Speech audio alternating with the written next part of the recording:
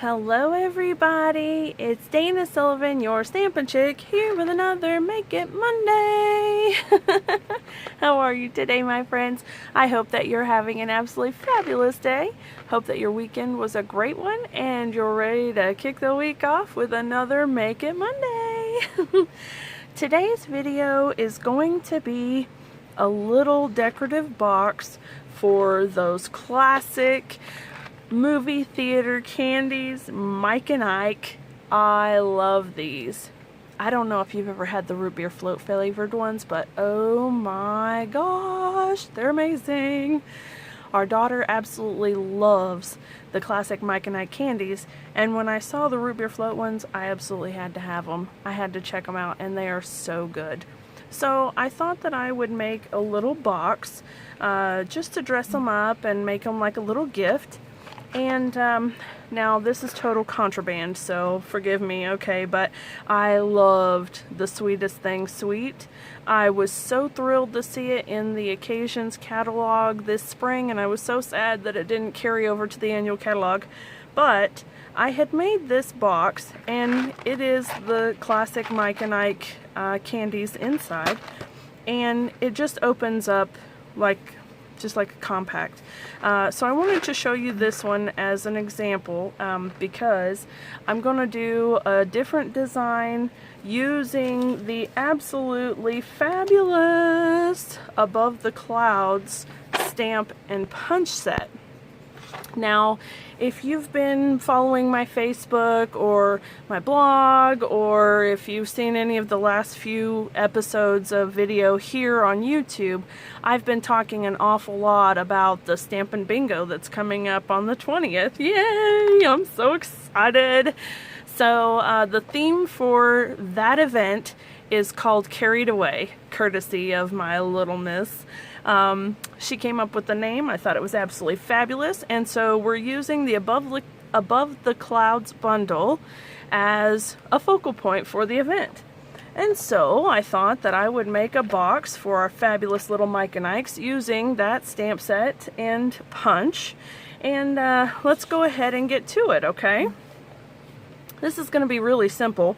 What you're going to need is a piece of cardstock that measures 9 1/8 inch by 7 3/4 inches. And then we're going to do a little bit of scoring, okay? On the short side, you're going to score it at 7/8 of an inch and 6 7/8 of an inch. And let me bring the template over. That'll make it easier. Okay, it's 9 1/8 by 7 3/4, scored at 7/8 of an inch, scored at 6 7/8 of an inch. That makes your edges, and you've just got a 7/8 of an inch gap for the thickness of the box.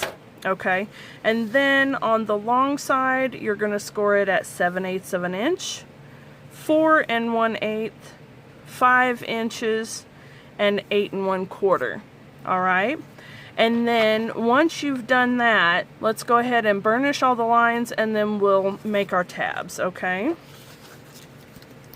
It would help if I had my bone folder over here. I've set up a class for this evening, so I don't have it on my work table. That's okay. We'll just use this. It's fine.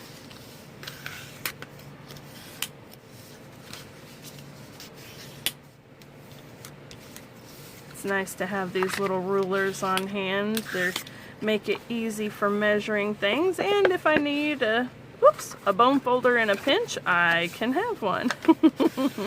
Alright, whoops, and then I made marks on there. Okay, so now that we've got our lines all scored, let's go ahead and cut our tabs. Now the tabs are super simple and fairly standard. You guys know how we do this. I do this pretty much every time I make a box. So we're just going to miter the edges so that the box closes easily. So we'll take this one and miter the edges, do the center. We're just doing this little center box right here, cutting on either side of it, and then mitering the edges. And then the last box here. So basically all of the little square boxes that's what you're gonna miter. All right, so we'll do this one.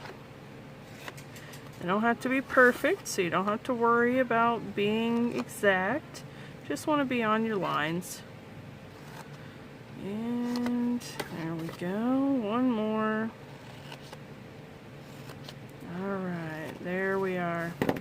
Now let me get the scraps out of the way. Very good. Now the box is going to make like this. We'll take the tabs and put that panel over them that way, and then these tabs are going to go into the lid, and the box will fold down like a hamburger box. Just, well, it's not going to participate very well, cooperate with me. So let me just go ahead and glue this so you can see what we're doing. Okay, so I'm just going to put glue on the 4 tabs here first. And if you looked at the measurements, you see it really doesn't matter which end you want to be the front and which end you want to be the top and the bottom, because it's basically the same. All right. Now, whoops, let me get a hold of it. Okay. I'm going to just adhere those little tabs to the inside of our box, just like that. And then do it to this side as well. And then you'll be able to see more clearly what I'm talking about. A clamshell, that's the kind of box that I was trying to say. A clamshell.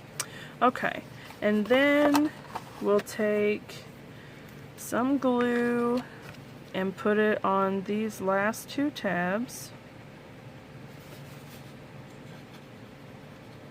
Just like that. And then fold it over the edge, just like that. Okay, there we go. All right, now you can see that it's just going to close over just like that. All right, so there's our handy dandy box.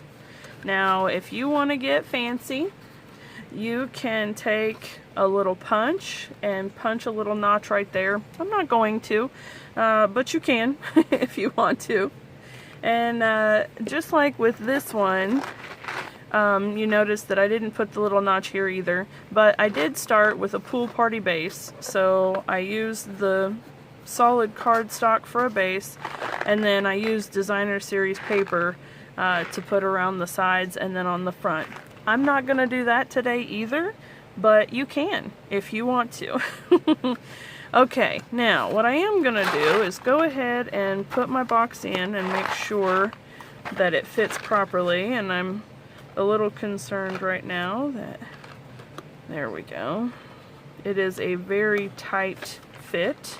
Now you absolutely can make your box just 1/8 of an inch longer if you want to. But I really like it to be a nice snug fit, just like that. Okay, all right, so now that I have the box base done, I'm going to pull out a couple of pieces of, this one is Whisper White, this one is Melon Mambo, and I have cut these from the Layering Circles dies. I used the second smallest of each to get these.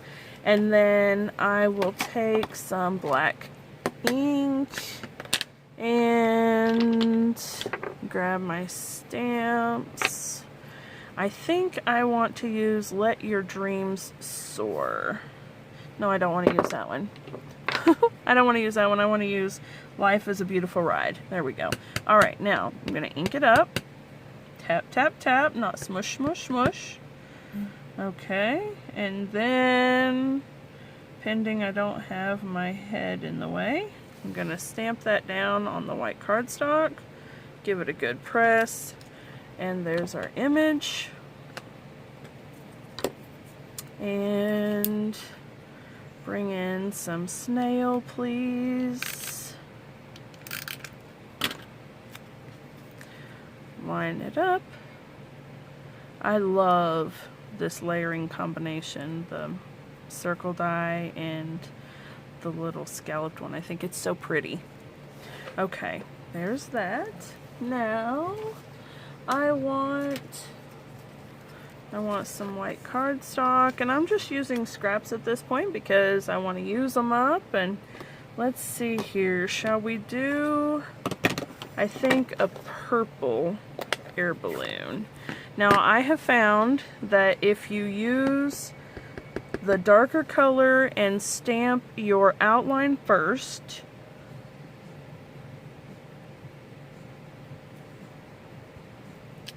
and then go back with your lighter color and stamp your center, you can see to line it up better. Now, with these photopolymer distinctive stamps, you want to make sure that you're using your Stampin' piercing mat, and I use a little piece of cardstock or paper just to cover it up so I don't get ink all over it. And then what I'm going to do is ink up my layering stamp, and then I'm going to stamp it off one time. This way it's just not so dark and in your face. And then I'm going to line it up over the top, and I've got my color. So I really like the way that that works. Now I'm going to take this little template, which I know I've talked to you guys about before. Anytime I have a punch that has multiple pieces that it cuts out at once, I like to make a template for it so that way I can line it up and I can stamp and punch everything all at one time. So I'm gonna get my basket here. I'm gonna get the soft suede ink. Let me just set that up there. Okay, now I've lined this up. I'm going to stamp the basket first, and then I'm going to stamp the shaded part, stamp it off one time just like I did with the balloon, and then layer it, and then it's done. And I can punch them both out at the same time, which is absolutely fabulous. Alright, here we go.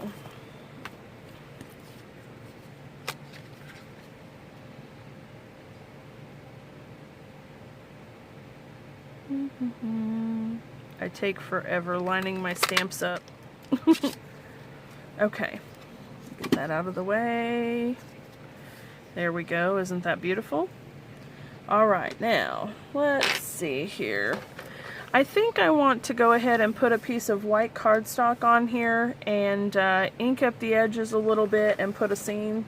I hadn't planned on doing that, but the more I think about it, the more I want to. So let me go ahead and measure out my paper. I want it to be just, an 1/8 of an inch on either side, so I want it to be 1/4 of an inch total. So I wanted a 3" by, that's right about 6, so I want it 3" by 5 3/4 inch. 3 inches by 5 1/4. I've had people ask about my trimmer. Since Stampin' Up! Hasn't got another trimmer right now, I use this one. It's called a Caterpillar Pro.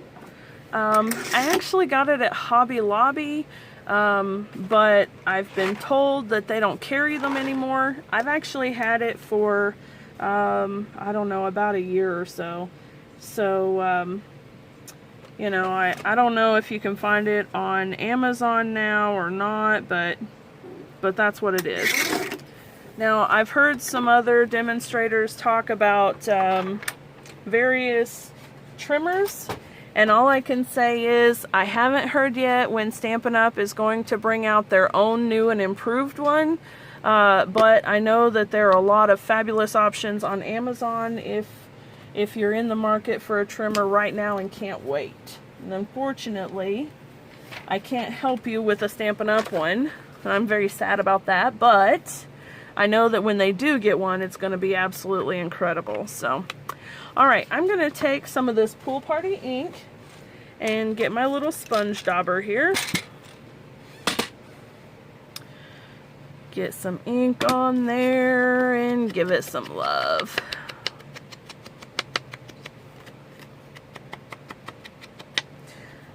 I think it's becoming a running joke now to find out how long this grid paper is going to last me before I finally get rid of it and get a fresh piece. I am really enjoying having all this ink and everything all over it. It's wild. It's not messy, it's deliberate. Alright, here we go. Let me get some ink on there just to give it a little color.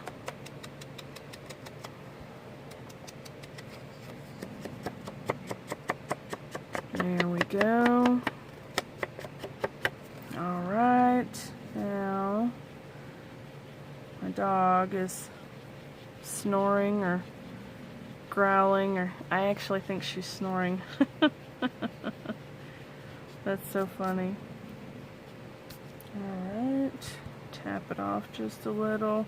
Now I'm just adding a little kind of shading along the edges and fading it in just so that my white isn't quite so stark.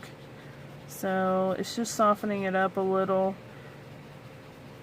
There's no particular rhyme or reason to this, and you don't even have to do it if you don't want to, but I like the idea of it not being quite so stark.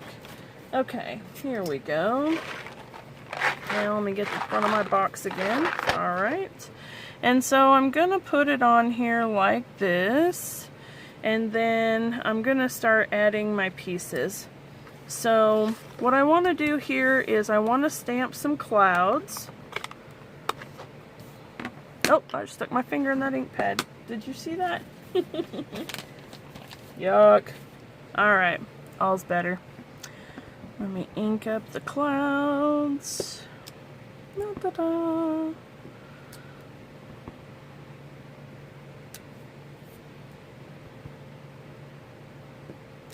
There we go. Alright. And then let me see, what do I want here? Okay, I want some dimensionals, and I'm gonna put 3 little dimensionals right here, and then, oops, that one went off center a little bit, didn't it? There we go. And then 1 on my basket. Alright, now let me get these off. You know, these little backings are kind of a pain sometimes, aren't they? Alright, there we go.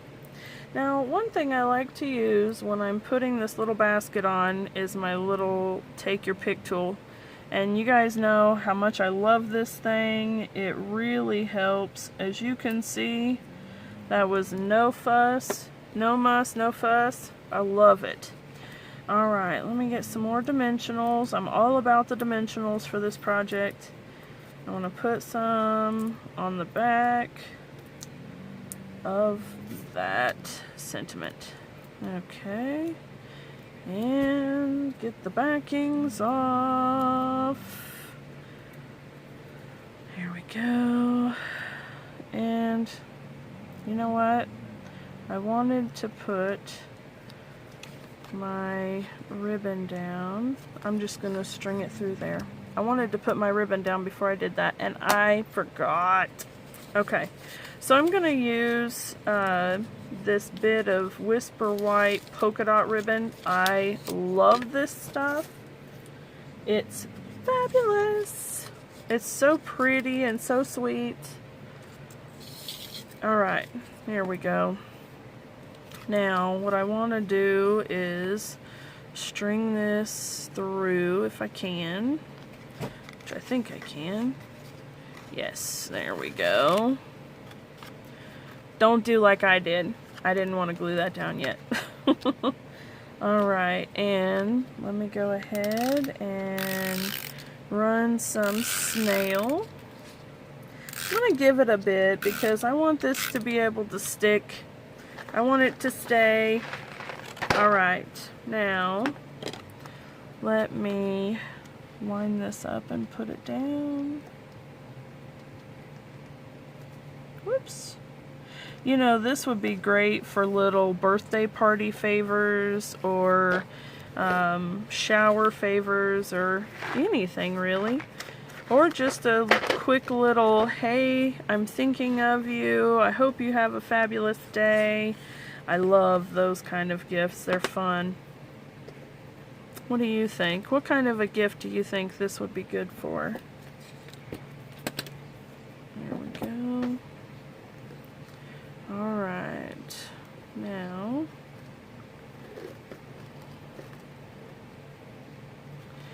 tie our little bow on here. And this is just to hold the box. I mean, it's not going to go anywhere. You saw how snug the fit is. So it's really not going to go anywhere, but this just kind of helps keep it from coming open at will. We don't want it to do that. There we go. And, whoops, come here, friend. There we go. Alright. And, you know what else I think it needs? I would like to see some birds. Just a couple.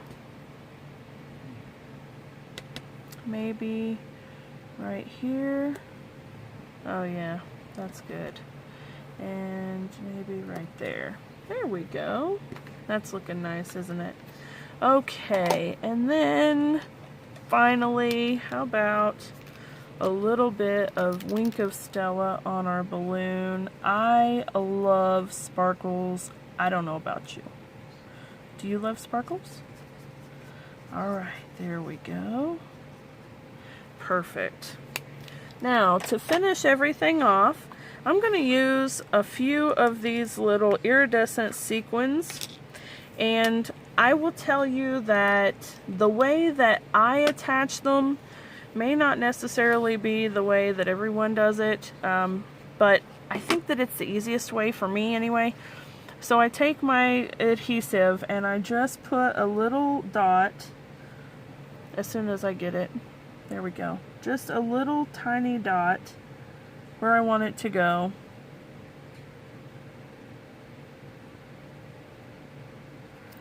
And then I take my take your pick tool and pull this end right here. And it is a perfect little grab it spot. Let me see. I want this one here. And then we can just turn that over and give it a good little stickum. There we go. And then how about this one? Right here. And touch it down good. There we go. Listen, don't slide off now. There we go. And then how about a green one? Does that look good? Yeah, that looks good. Alright. Do you talk to yourself when you're crafting? You notice that I do, right? There we go. Alright, very nice. I love it. I love it. I love it. I hope that you love it, love it, love it too. Alright, friends, there you have it. I hope that you've enjoyed this video. The Mike and Ike's gift box cover. And I will get this uploaded to my blog. It'll be later on this evening because I have to get my card class done. But after class, I will upload the picture of it and the template so that you can see it from there. So anyway, just remember that this month is the bonus days where you can get $5 coupon for every $50 that you purchase on my website or directly through me. You can go to my website at danasullivan.stampinup.net, and of course you can visit my Facebook page and Instagram, and I'm on Pinterest. I love pinning things. Oh my gosh. If you're not following me on Pinterest, head over there and check it out. I've got cooking and tiny house and kid stuff and dog stuff, all kinds of stuff, and you're gonna love it. And of course I've got Stampin' Up stuff too. All right. Thank you guys so much for watching. I hope you have an absolutely fantastic day. Until next time, bye for now.